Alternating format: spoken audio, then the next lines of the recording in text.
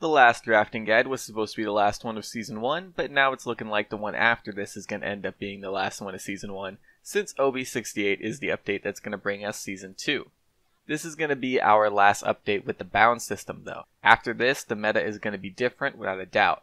When we compare this update to the last one though, there isn't a whole lot that's different. We only got a few balance updates with OB66 after all. Now, like always, I want to say that this guide is made from my experience in Diamond and Master level competitive games as well as from scrims. It's also based on playing on PC, so not everything I'm going to say is going to line up perfectly with how things work in lower ranks or on console. So, let's start off with the tanks. The two best ones are Makoa and Torvald, with Makoa being a bit better. Nothing different here, both the hook and Thanks Grandpa Bubble are incredibly powerful. Makoa even has Leviathan, so he has a lot of bulk and a nearly unstoppable ult on top of having his hook, making him a must pick or ban. If your team has first ban, you ban Torvald, and if the enemy doesn't ban Makoa, you pick him up. If your team is second ban and you see the enemy ban Torvald, you have to ban Makoa. Or let's say they ban something else first. You're still going to want to ban Makoa and let them have Torvald most of the time. Unless you're confident in banning something else, letting them get Makoa, and then getting Torvald for yourself and bubbling everyone who gets hooked. These instances are very rare though. I cannot remember the last time I saw both Makoa and Torvald in a game before. They're both going to basically always be banned. These two have no real ban competition at all. Next up is Ruckus. Halfway through the last update, Ruckus got a hotfix that fixed the bug where firing his missiles would stop his miniguns from firing. This was huge because it allows Ruckus to get off some very powerful bursts, especially with his rocket legendary. Put that together with his emitter and mobility, and you have a very bulky DPS that can be hard to pin down.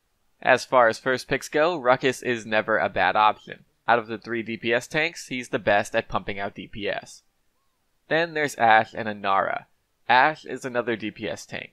Her DPS isn't nearly as good as Ruckus's, but her poke is the best in the tank class. Inara is of course the queen of tanking abuse. When it comes to bulk, Inara is basically 2 tanks in 1. In my experience, Inara is also the best solo tank if you're put in the position where you need the solo tank. Then there's Fernando. He isn't as good as the 5 I mentioned, but he's far from bad. As long as you're not one of those Fernandos that stand around holding up your barrier at nothing, then you're going to be able to get some good value out of him. His ult counters basically every other ult in the game for the most part, and he can prove to be pretty overwhelming when played aggressively, as long as you pick the right moments to play him aggressively.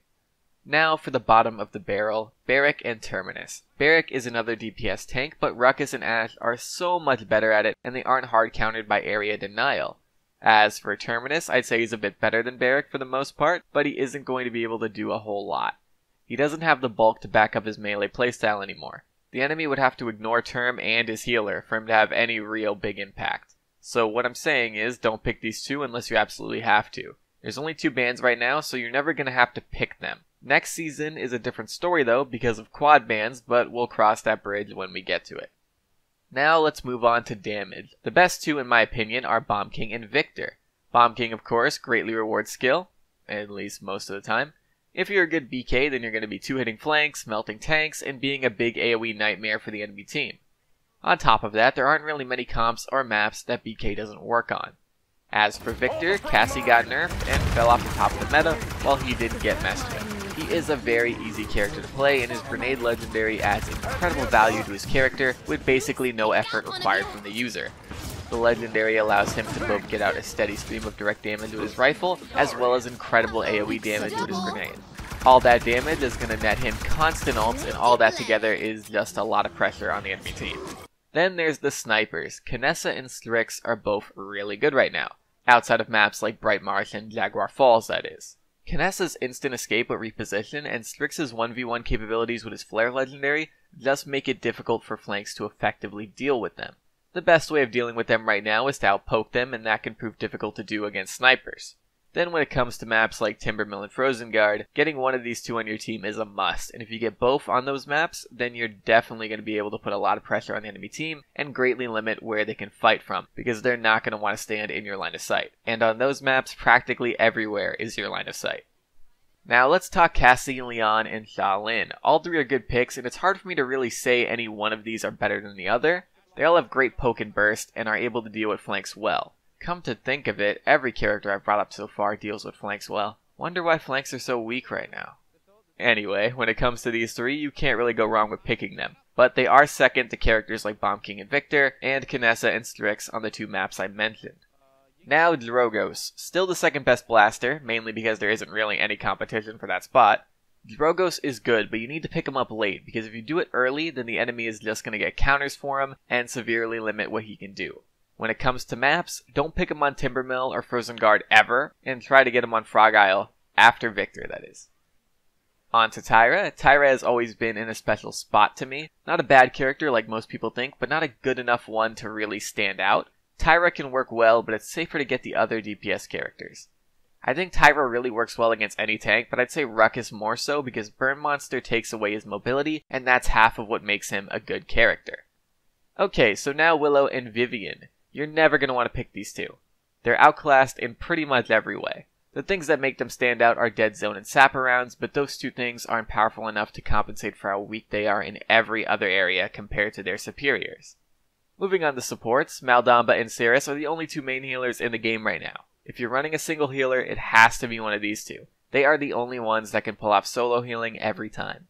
Then there's the off healers who are all really good, besides Ying. Ying herself is nice to look at, but her end of game scores aren't. I don't really have to say a lot about her, don't pick her. Poor Thing is the only reason why support isn't the only class where every character is viable. Anyway, the 4 other off healers are all good, and picking them is based on the situation. The rule of off healers is they can't be ran alone. You're either running them with a main healer or another off healer, or maybe even a Toot Moji. Maybe. Grover can be a sniper or a healer. I'd say he's a better healer than a sniper now because of the damage nerf he got. Efflorescence is really the way to go. You can burst heal your whole team from pretty far away. Not to mention, his cripple stops mobile characters like Ruckus in their tracks. As far as off healers go, Grover is the best for solo healing, but that's really only going to ever happen if one of the main healers is both banned or taken, and your other 4 teammates have already locked in tank and DPS. Grok is great against CC and rapidly healing up bulky tanks that can protect his totem.